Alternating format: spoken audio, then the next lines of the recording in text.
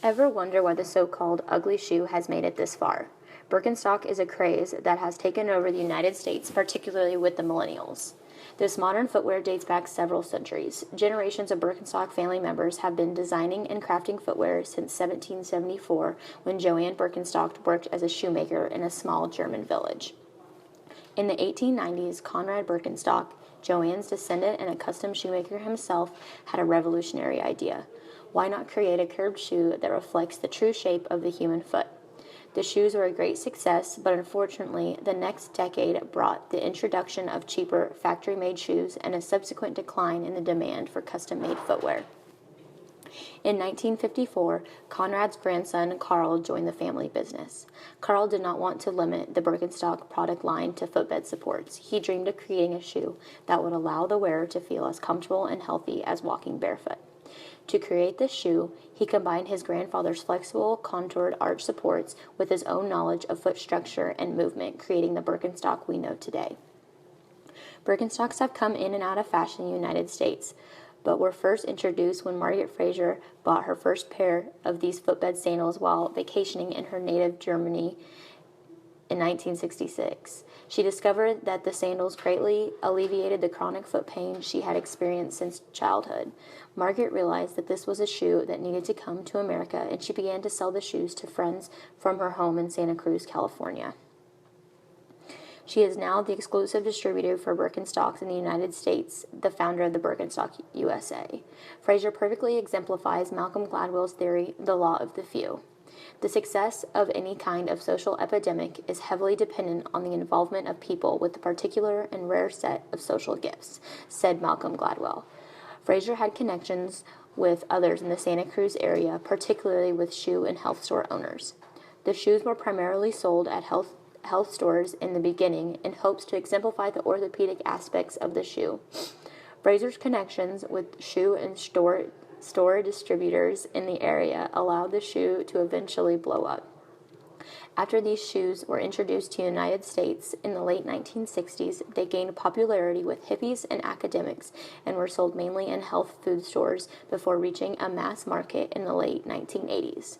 In 2001, Birkenstock was selling sandals, clogs, shoes, and boots in over 400 styles, colors, and materials to men, women, and children.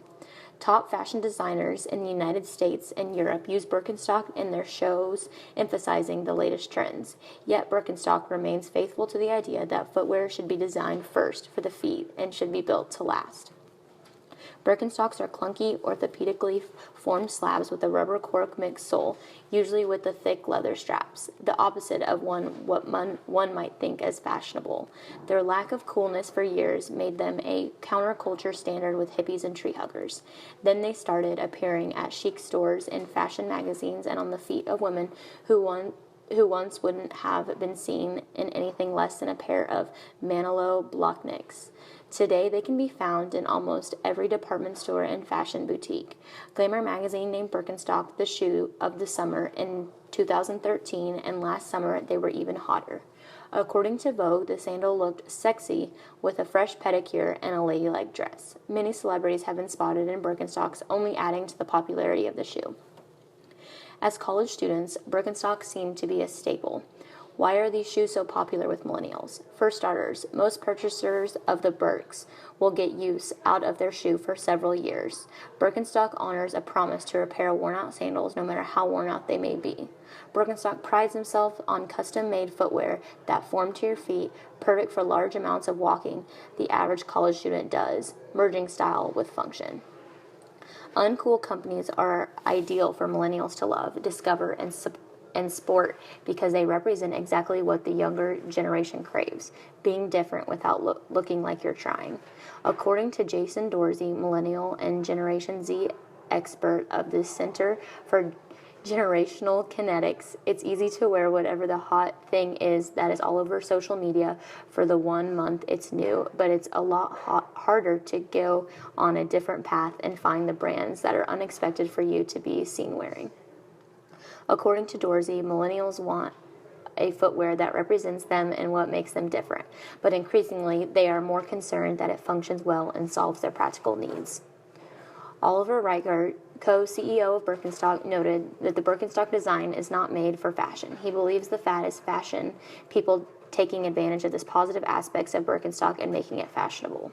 The popularity surge is particularly odd because Birkenstock doesn't push it. The company's marketing budget is close to nothing, said Reichert, who puts his own children in the company catalog. Birkenstock, which doesn't disclose revenues or profits, says sales grew up to 40% in most regions last year and doubled in the USA. A spokeswoman says the company could soon hit its sales goal for 2020 of selling 20 million pairs annually. This high popular shoe with an increasing history and background sets it apart from most of the popular shoe brands you see today. Will the Birkenstock craze ever go away? Hello, I'm Eddie Olson from Olson Shoe Service in Aggieville. I've been making and selling sandals since the 70s. My favorite one is the Birkenstock over the years. The reason I like it is because it's good for your foot health. It'll mold up and become you. Hi, my name's Patty, and I love my Birkenstocks. I've been wearing them probably since the 70s, and they're comfortable.